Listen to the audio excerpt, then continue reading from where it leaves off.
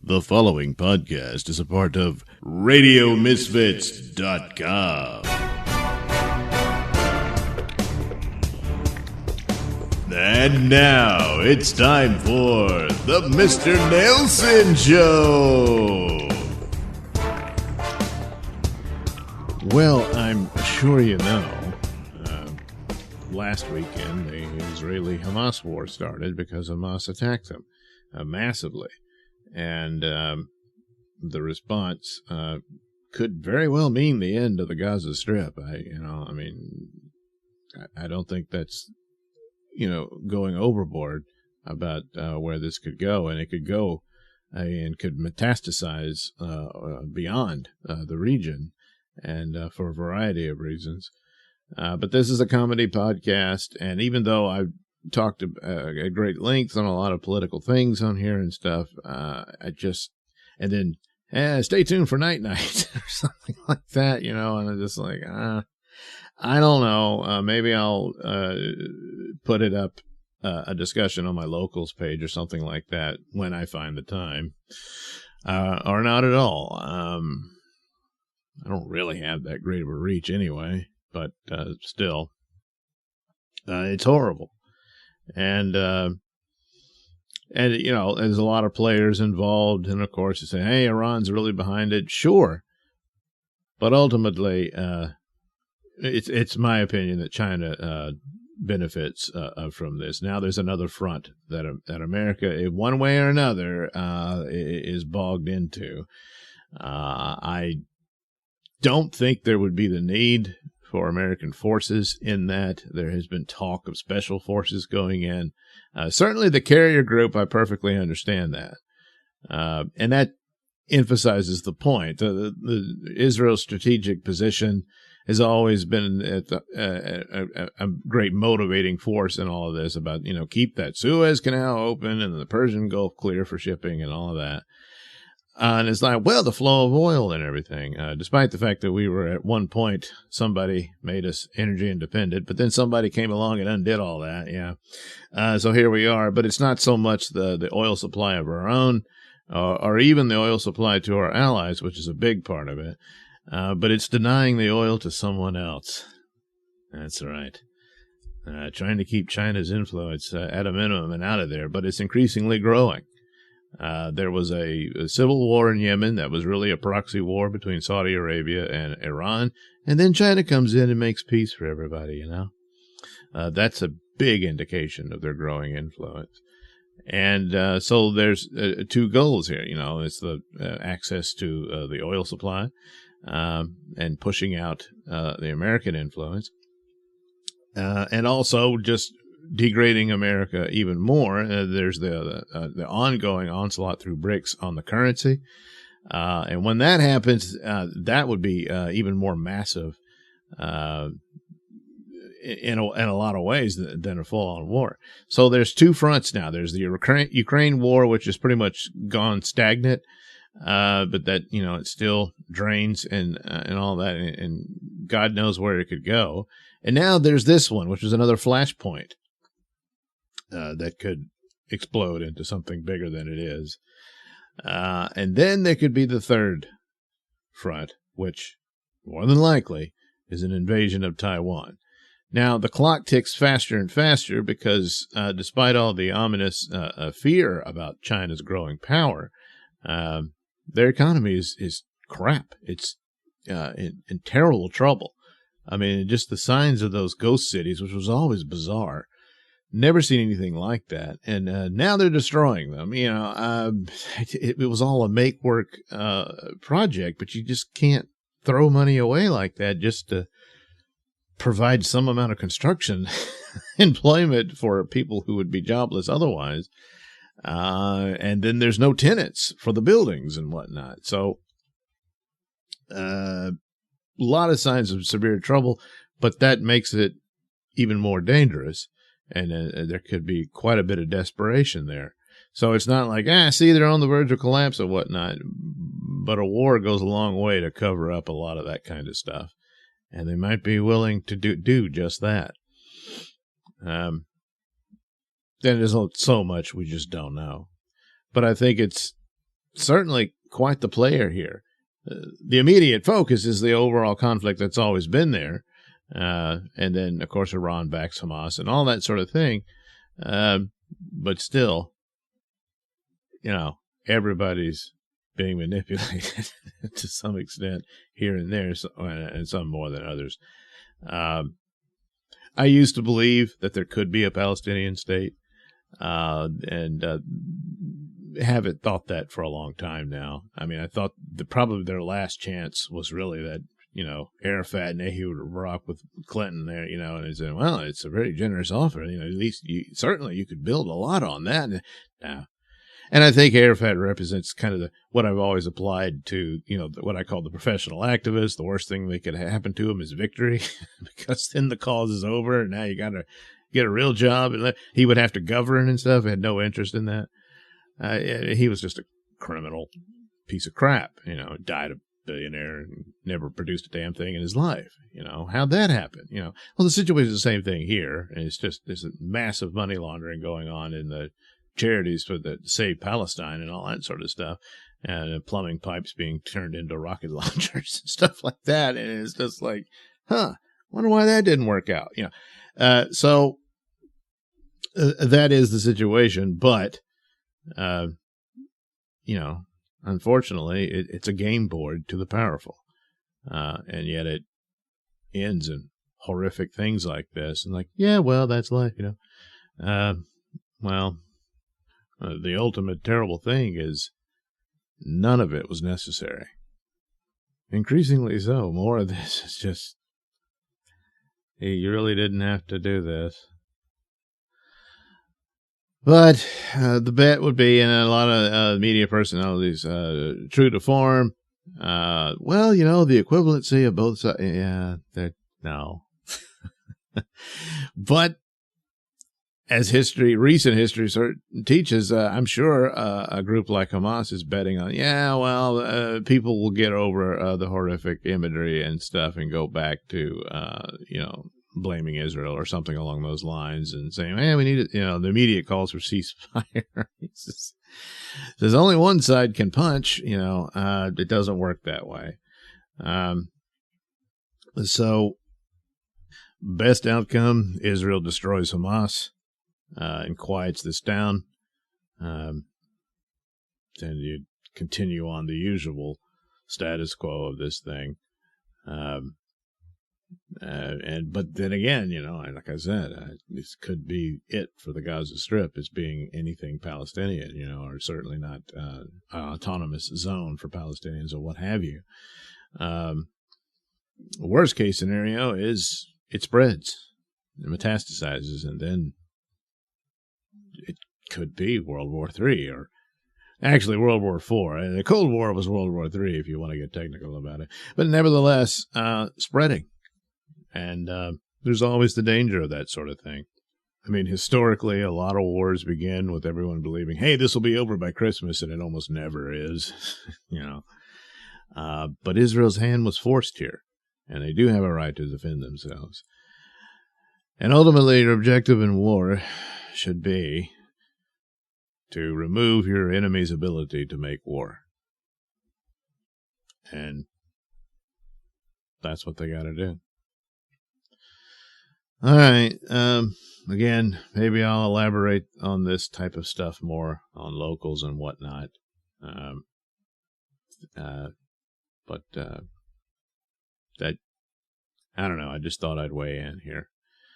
Anyway, back to Nailsin show stuff, Baron Void, and this time really a brand new episode of The Cruise, and Bigfoot shows up in perhaps, but maybe not. You're listening to the Mr. Nailsin Show here on RadioMisfits.com. Well, that's a little bee in the bonnet. Among many, apparently. Oh no! Papa! The security cam! Someone is entering the tower! Oh, that's impossible! Unless it's Reckon. He must have entered it in the past and was unable to access the computers, of course, because they're coded to me. And wait a minute. That's not Reckon. No, Papa. It looks like you when you were young. No, it can't be. Oh, Papa, that woman with him. It's Mama. And now it's time for the adventures of the Baron Boy. Mama, it is her. But Papa, how can it be? We're only a few months in the past. How can she be here with you and so young? How indeed? What's he doing here? He? You mean you? Biddy, well, there's something what the devil? Oh no, Papa! The data core! Yes, the battery's losing juice. Their patterns will be lost. I've no choice but to teleport them away. Oh, but Papa, they can be lost anywhere. Yes, I know, Biddy, but at least they'll be alive wherever they end up. And well, of course, the Panvan has Lola and Cliff's pattern stored inside its system, so we should at least be able to track them down. The Panvan? But Papa, we don't have the Panvan anymore. No. Oh, that's right. The Panvan. Of course. That wasn't our other selves, it was us. Oh, Papa, your younger self and Mama, they're coming up the stairs. What? Quickly, Biddy, we'll have to depart. Quickly, within the teleporter body. What? But why, Papa? Oh, it's imperative that we not interact with them. But Papa, won't we be time phantoms because this is not our timeline? No. We've since left the crux point of our original point of departure in the original timeline, which is now an alternate thereof, and we journeyed into the past and incorporated ourselves to it, so it's a long-winded story, and I'll explain it some other time. Come along now, let's go.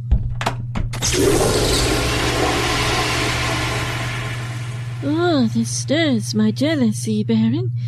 You know you spend more time concerning yourself with this tower than me. Come now, darling. You know I don't recall leaving the tower control center in this state of affairs. Well, don't think it's me. You know I'm not at all concerned with... Oh! What?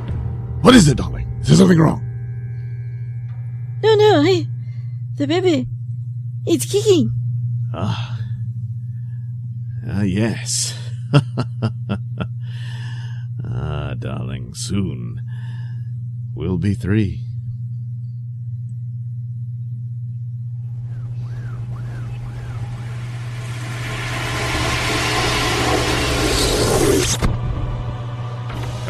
Here we are. All right, Biddy, let's get a move on.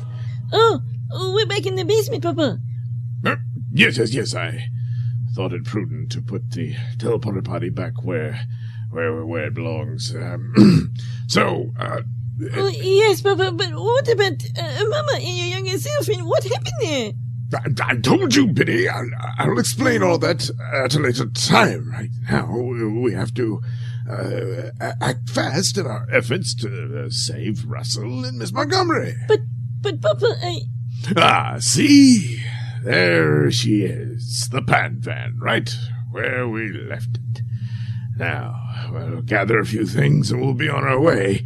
Once inside, we should be able to get a lock on the pattern signals of Russell and Miss Montgomery. Papa, what is wrong? It seems I need to pay a little visit to the loo, Biddy. All right, Biddy. Gather things and make sure we're fully stocked and fully charged electro guns and the sort. You know the deal. Oh, curse this. Not a moment more. There we are. Oh, that was a close one. Oh, dear me. All this gallivanting around, never have time for the necessary things, you know. It's terrible. What the devil, Biddy, is that? What? The door just opened and closed itself. Oh, of course. That was Cliff. Dear me. It means he will... whatever.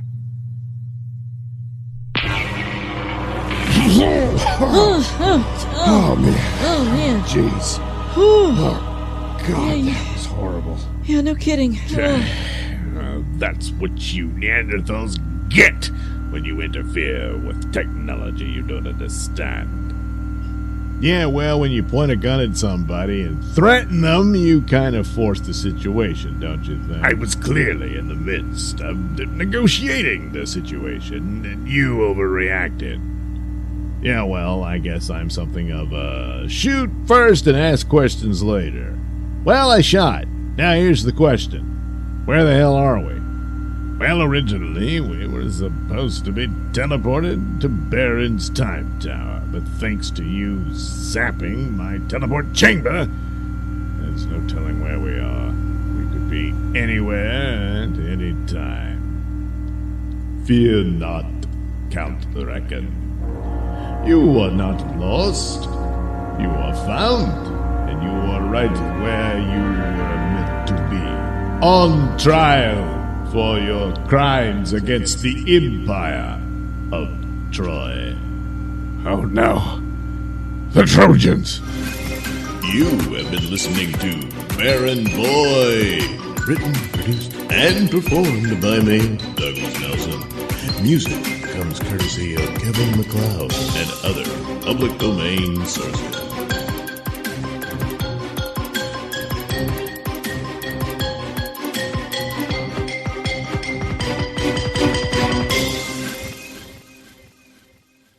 Has Bigfoot been spotted in Colorado in broad daylight and on camera? Perhaps, but maybe not. A couple on a romantic break in Colorado claims to have captured the mythical creature Bigfoot on camera, wandering on the side of a mountain before sitting down to rest. Professed eyewitnesses Shannon and Stetson Parker, enjoying a trip for their 10th wedding anniversary, claim to have observed the legendary lummox while enjoying a sightseeing tour on the narrow-gauge rail line between Durango and Silverton in the Centennial State's far southwest. We were looking for elk in the mountains, and my husband sees something moving, and then can't really explain it. So he's like, Bigfoot! Said Shannon, a 44-year-old contractor from Cheyenne, Wyoming. It was at least 6 or 7 feet or taller.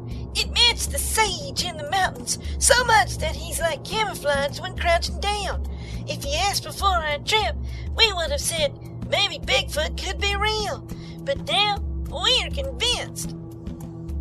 Shannon, who shared video of the odd 1 to 2 minute sighting in a Facebook post, also said that the train's conductor told the couple of a similar previous non-human sighting. He said he went out snowshoeing in those mountains before, and he seen footprints that were larger and of a much bigger stride than snowshoes should have been. He's seen unexplainable things as well. Some took the couple's Bigfoot claims in stride. One commented, "I believe," on Shannon's post, with another saying, "Love it," though not everyone is as convinced that Chewbacca's doppelganger exists. "And what were y'all drinking?" another commented. Parker said some were skeptical, that it could have been someone, for example, a hunter in natural camouflage, or a prank pulled by locals for the benefit of unsuspecting tourists. It didn't look like a hunter because a hunter would have had a weapon like a bow since it's bow season. It didn't seem to be carrying anything, said Shannon. It's been a busy year for the hirsute heffalump. Over the summer, an alleged Bigfoot sighting was supposedly caught on camera in the woods of Mississippi. Americans have been reporting sightings of the big loot, with many reports coming from the forests of the Pacific Northwest since the 1800s. A description provided by Washington's National Guard is consistent with the Parker's account. Those who claim to have seen Bigfoot have described everything from a large, upright ape to an actual hairy human, sometimes standing over 8 feet tall and described as powerfully built. The debate and research continue. The Armed Forces branch wrote in a post about the legend. The University of Arizona adds that the folklore may come from an extinct giant ape called Gigantopithecus that existed in tandem with early humans. So, was this video evidence of the long sought-after Sasquatch? Or a giant hairy ape, or offshoot of humanity? Or just another hoax and some guy in a furry suit? Perhaps, but maybe not.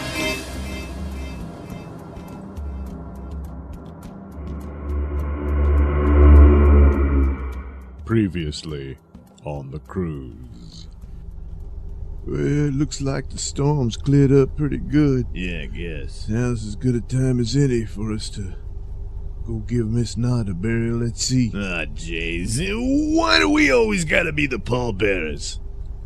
Oh, man, do you got a bitch about everything? Well, under the circumstances, yeah, I kinda do. Oh, man, you just ain't no good for nothing. Shit. Well, in order to avoid your bitching about my bitching, I guess I'll help you out with the dead porn star. Well, I guess I'll take what I can get. Come on now, let's go. All right, there she is. Yeah. Yeah, you know, with the sheet over her, you can't see what the bugs did to her. She's still got her shape. Man, what a shape it was. Wait a minute. She's moving. Holy shit. Man, I guess they didn't call it right. Hey, Balloona, you all right there? Wait a minute, what's that? Oh, my God. Oh, shit. She's crawling with giant maggots.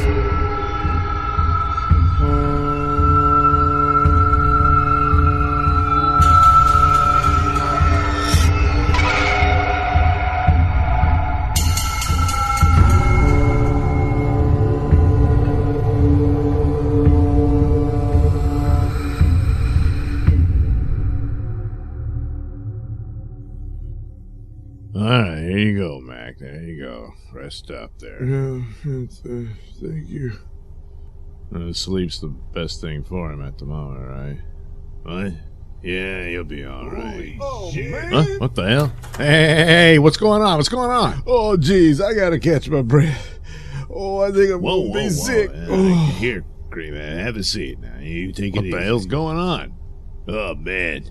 Oh, it was that Balloona chick. I mean, we were gonna go collect her remains, and give her a burial at sea, and then all these giant maggots came ripping out of her. Oh, God, it was disgusting. Maggots? Wait, what? Balloona? Hold on, Mac. Yeah, Mac, yeah. Save your energy. I mean, there ain't much left of Balloona after what those things did to her. God. Giant snakes, giant bugs, now giant maggots. Yeah, well, Sam, I think the bugs are probably the answer to this one. When they attacked Balloona, they must have, impregnated her with their larvae, and they do what maggots do. They ate their way out. Yeah, they ate a lot because they were pretty fat. Oh, man. Oh, jeez. Don't we have enough smelly, nasty crap around? Now we gotta open a window. What was that? It sounded like it came from Balloona's room back there. Where the maggots are. Damn it. How big are these things? I don't know. about the size of puppies or so, you know. Like it's like a whole litter popped out of there. Well, Sam, considering these maggots are basically the baby version of those bugs, odds are they can eat through metal, too. All right. We got to gather up some weapons here. We got to go and kill those things before they cause any more damage. Oh, damn it. A fire hydrant could probably do some good, you know. Spray them down. Maybe they'll gag on it or whatnot. Yeah, if that doesn't work, smash them. Oh, yeah. Dr. Turgid? Yeah, what is it? Well, I was bitten by those bugs too. Yeah, I know. Oh, shit. Alright, you ready, Edgar? Ready, he says. I mean, yeah, sure. How do you get yourself ready to go fight monsters, you know? Edgar! Yeah, I'm as ready as I'll ever be. Whoa, what the hell? Oh, no, what? Come on! Come on! What? What's going on? The baby maggots, they're not babies no more. They done grown up to a full swarm.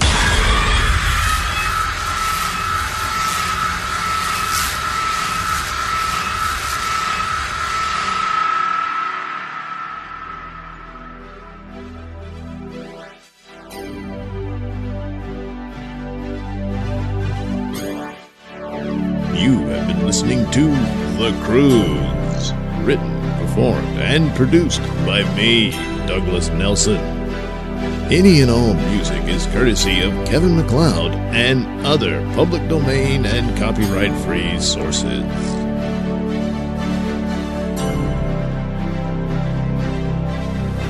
The views and opinions expressed during the Mr. Nailsin Show do not necessarily reflect those held by RadioMisfits.com. So, any complaints and or comments should be sent to @Mr. Nailsin on Twitter, where they will be promptly ignored and or blocked.